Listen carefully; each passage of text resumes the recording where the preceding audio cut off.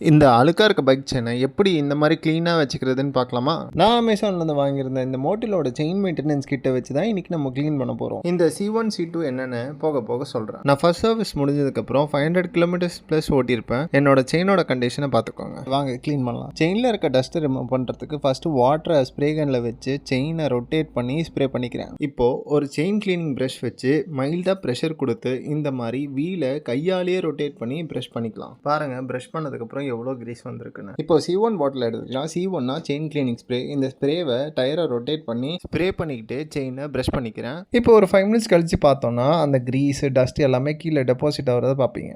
இப்போ C2 பாட்டில் எடுத்துக்கலாம். C2னா chain lubricant spray. கையாலே டயரை ரொட்டேட் பண்ணி செயினை ஃபுல்லாக ஸ்ப்ரே பண்ணிக்கோங்க. ஏன்னா ஃபர்ஸ்ட் கியர் போட்டு பண்ணிங்கன்னா இன்ஜுரி ஆகிறதுக்கு நிறைய சான்ஸ் இருக்குது. ஸோ எப்போவுமே சேஃப்டி ஃபர்ஸ்ட். நம்ம பைக்கோட செயின் எவ்ரி 500 கிலோமீட்டர் ஒன்ஸ் நான் சொல்கிற மாதிரி நீங்கள் மெயின்டைன் பண்ணிக்கிட்டிங்கன்னா மைலேஜும் நல்லா தரும், பைக் ஓட்டவும் நல்லா ஸ்மூத்தாக இருக்கும். உங்களுக்கும் இந்த செயினோட லிங்க் வேணும்னா கமெண்ட் பண்ணுங்கள் லிங்க்னு. இந்த மாதிரி மோர் வீடியோஸ்க்கு ஃபாலோ பண்ணிக்கோங்க.